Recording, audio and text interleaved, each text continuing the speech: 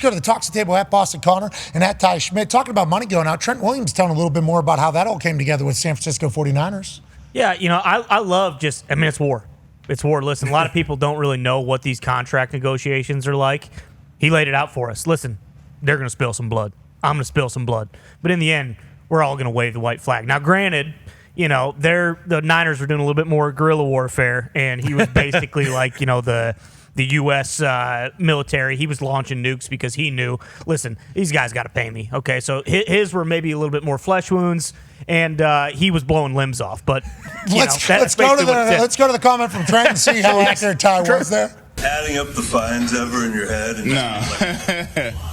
No, I try not to think about it. It's one of the things where you kind of know you're gonna leverage. It's what for lack of a better word, it's kind of war. Both sides gonna lose a little blood, but wave the white flag at the end. We both signed a little peace treaty.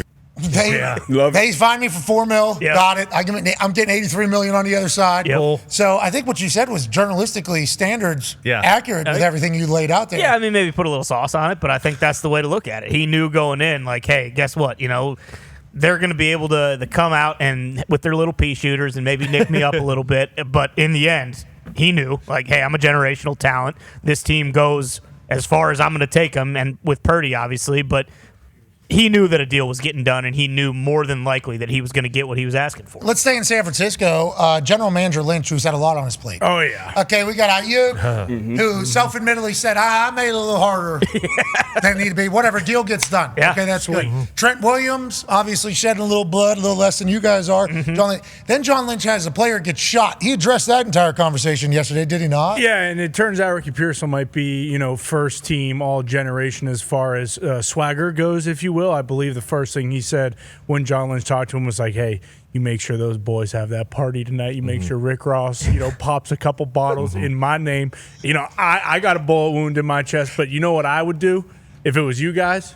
I'd party. Yeah. So you guys better go party and enjoy your time at Shanahan. Let's see how accurate your depiction of the situation is. Here's John Lynch talking about Ricky Pearsall yesterday. I wanted to touch on, at the time of all this going on, we had a team party that was scheduled. When I got to the hospital and visited with Ricky, it was one of the first things he said, Mr. Lynch, what's going on? I would really like everyone to go to that party, and I'd also like to talk to some of my teammates. I said, Ricky, you take care of yourself, but kind of a cool moment. We were able to pipe Ricky into the party, and he FaceTimed the entire group, and that show of love and respect was a real special moment for our team.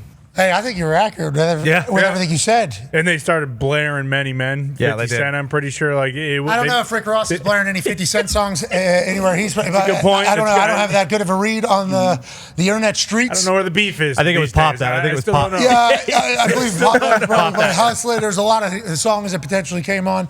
The fact, though, that Pearsall just, as a rookie, right? He hasn't done anything with that team other than training camp and offseason.